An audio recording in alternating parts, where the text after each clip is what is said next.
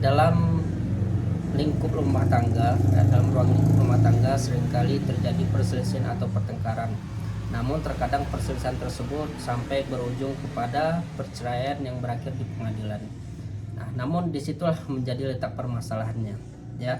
Seringkali ketika ada teman-teman kita, ya, ada saudara-saudara kita yang mengajukan ke pengadilan, ternyata gugatannya ditolak, ya.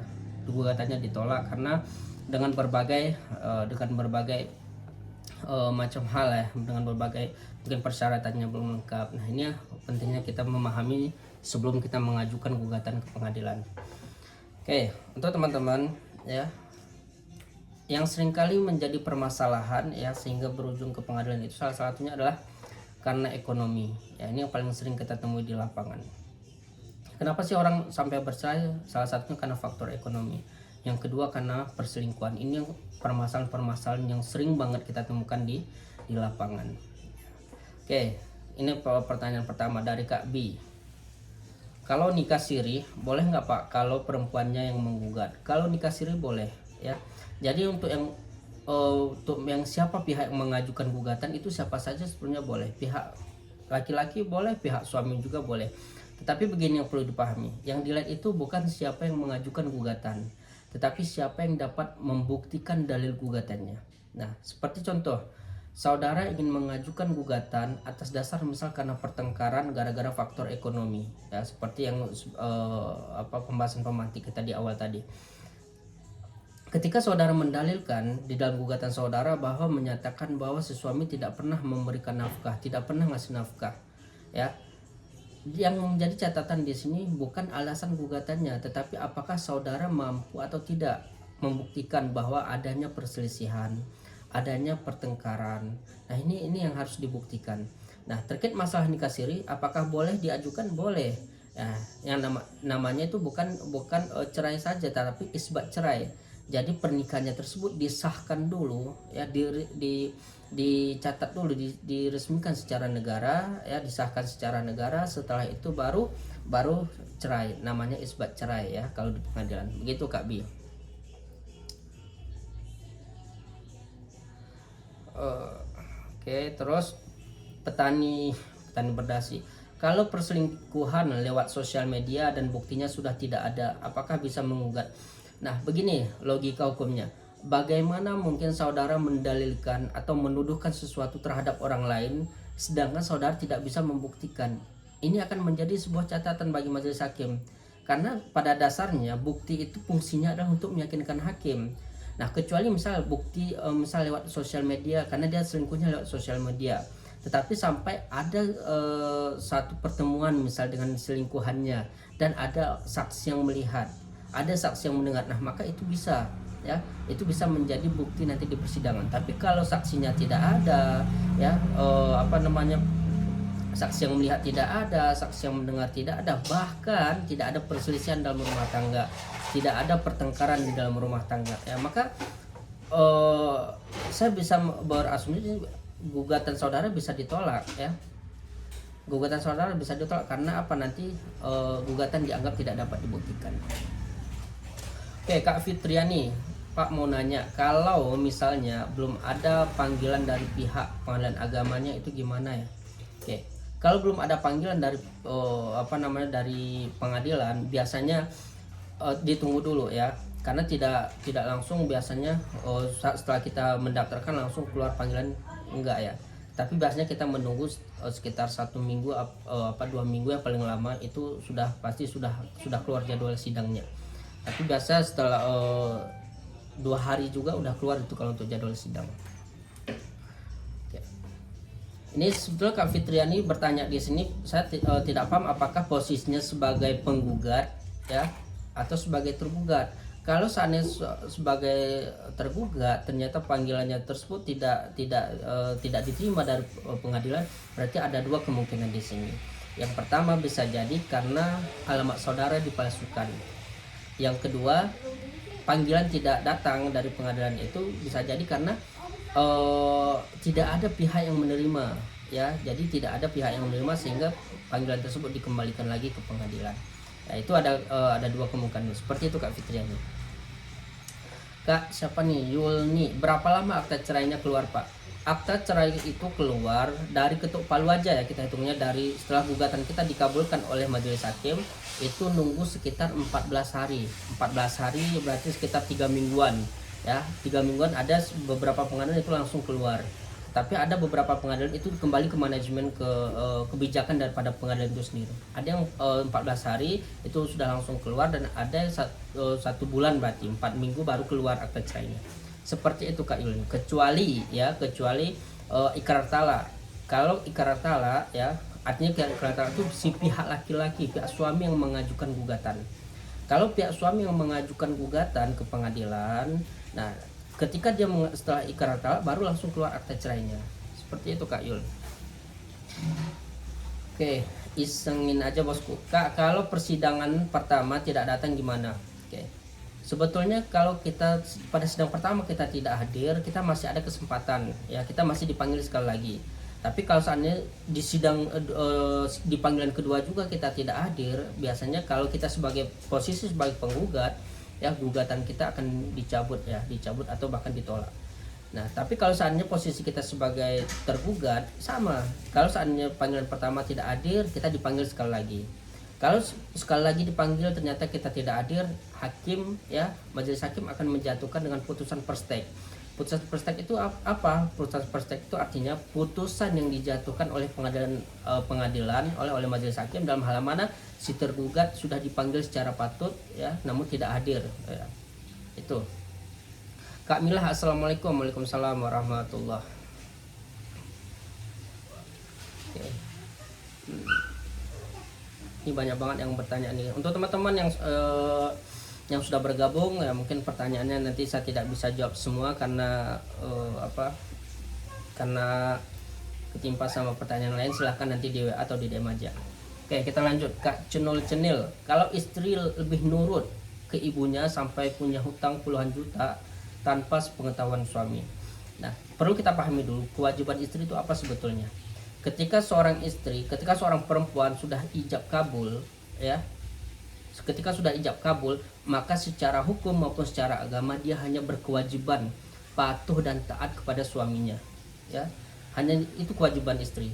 Bahkan disebutkan di dalam kompilasi hukum Islam itu, kalau seorang istri sampai tidak patuh terhadap suaminya, suka membangkang, itu bisa dikategorikan sebagai istri nusuk, apalagi sampai tidak melaksanakan kewajibannya. Nah, jadi kalau seandainya istri sampai lebih nurut ke ibunya, yang perlu langkah yang perlu kita ambil, yang pertama pasti kita perlu menasihati dulu.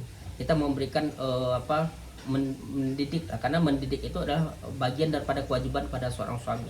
Tapi kalau seandainya dia tetap masih membangkang, bahkan lebih membela orang tuanya, pertama tentu secara moral maupun secara agama, secara adat itu salah. Nah, terus kalau sampai terjadi perselisihan, sampai terjadi pertengkaran yang sifatnya terus menerus, maka bisa untuk mengajukan ke pengadilan seperti itu. Oke, kita lanjut. Jamil Walker, apakah pelakor itu bisa dipenjara? Tergantung konteksnya.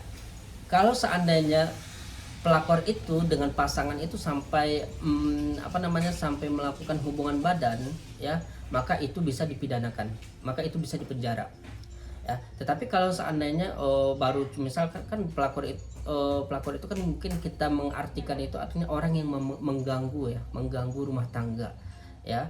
Nah, jadi kalau cuma chatan doang, telepon doang tanpa sampai terjadi hubungan badan, tanpa terjadi pernikahan siri, maka itu tidak bisa dipenjara. Konteks dipenjaranya itu ya baru dianggap sebagai pelakor, itu baru dianggap sebagai tindak pidana ya, baru dapat dihukum ketika terjadi zina. Itu satu. Yang kedua, ketika pelakor tersebut sampai nikah siri, maka itu bisa dipidanakan. Begitu. Kak, siapa nih, Mas R, digugat karena kurangnya tanggung jawab nafkah dan lahir batin, tapi selama ini saya kasih semuanya. Oke, digugat karena ini saya bilang tadi, banyak sekali terjadi permasalahan dalam rumah tangga itu karena dianggap sebagai faktor ekonomi. Sedangkan kan berkaitan dengan masalah nafkah itu kan kembali kepada kemampuan suami. Nah, tapi kalau seandainya misal karena si istri merasa dia tidak cukup nafkah yang diberikan, dan suami juga merasa sudah menafkahi, tentu kan adanya perselisihan di sini. Nah, ketika perselisihan tersebut berakhir di pengadilan, ya terjadi pertengkaran di pengadilan, maka masing-masing ke pihak itu harus saling saling membuktikan. Pihak istri juga harus bisa membuktikan bahwa adanya perselisihan dan pertengkaran, dan pihak suami juga dia harus dapat mendalilkan bahwa dia selama ini ngasih nafkah, ya. Bahkan mungkin kalau kita bilang artinya harus ada saling membuktikan, itu aja, ya. Siapa yang paling kuat di pengadilan untuk membuktikannya?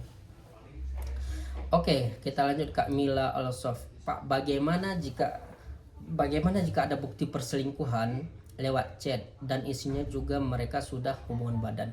Oke.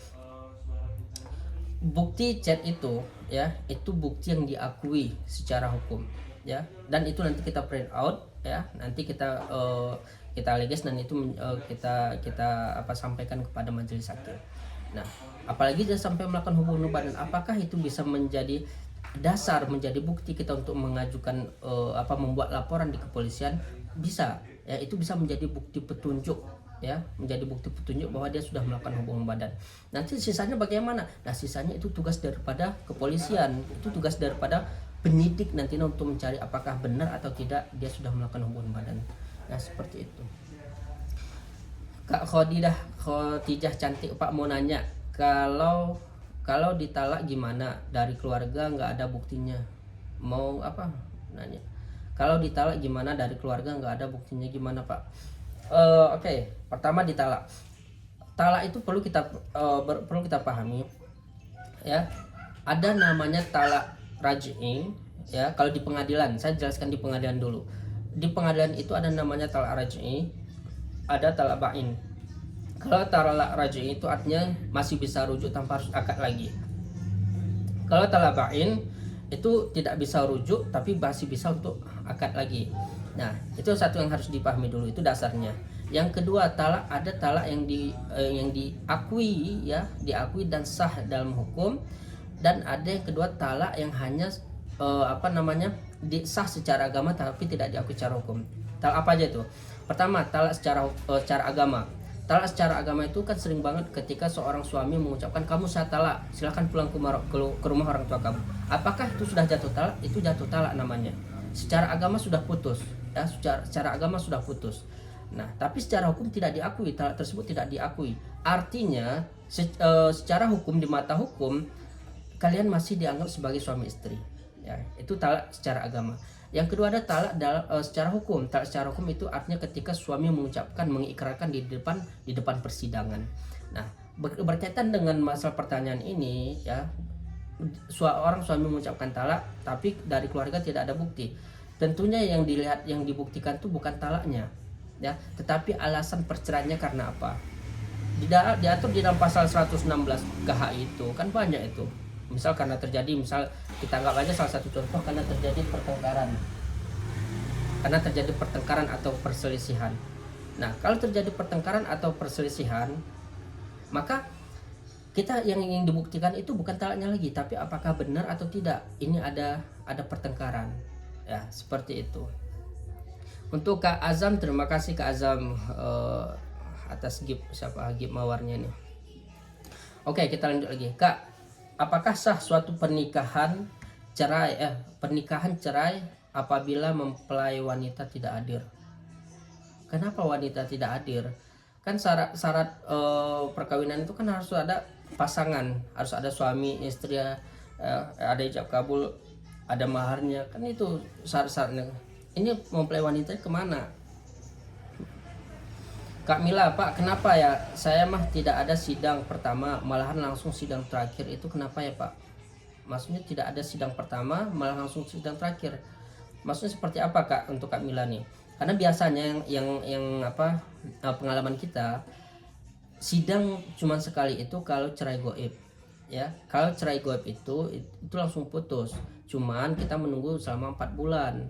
Tapi kalau perceraian biasa itu biasanya minimal 2 kali sidang. Hakim nggak mau langsung memutus 1 kali sidang langsung putus, nggak mungkin, ya. Mama Alia mau nanya, kalau udah talak 1, apakah udah bukan suami istri? Ya, baik itu secara agama atau secara hukum, ketika memang sudah ditalak, maka putuslah perkawinannya, ya, perkawinannya sudah putus. Ya. Terus bagaimana solusinya kalau mau misal karena kita masih ada rasa, masih cinta, masih ingin memperbaiki, ya udah tinggal rujuk lagi aja. Ya, tinggal rujuk lagi. Bagaimana Pak kalau seandainya kita sudah bercerai, ya sudah cerai di pengadilan. Nah, misal karena si yang mengajukan si perempuan, maka solusinya tinggal diakad lagi. Saudara datang ke KUA, nanti tinggal diakad lagi. Seperti ya, Kak Mama Ali ya. Oke, saya penggugat udah 1 minggu belum ada panggilan juga.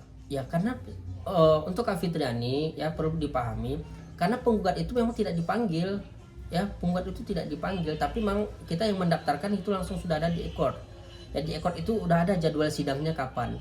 Yang dipanggil itu, yang dikirimi surat itu pihak tergugat. Pihak penggugat itu tidak dikirim surat, Kak Fitri. Kak Aceh siapa nih? Aceh Linda.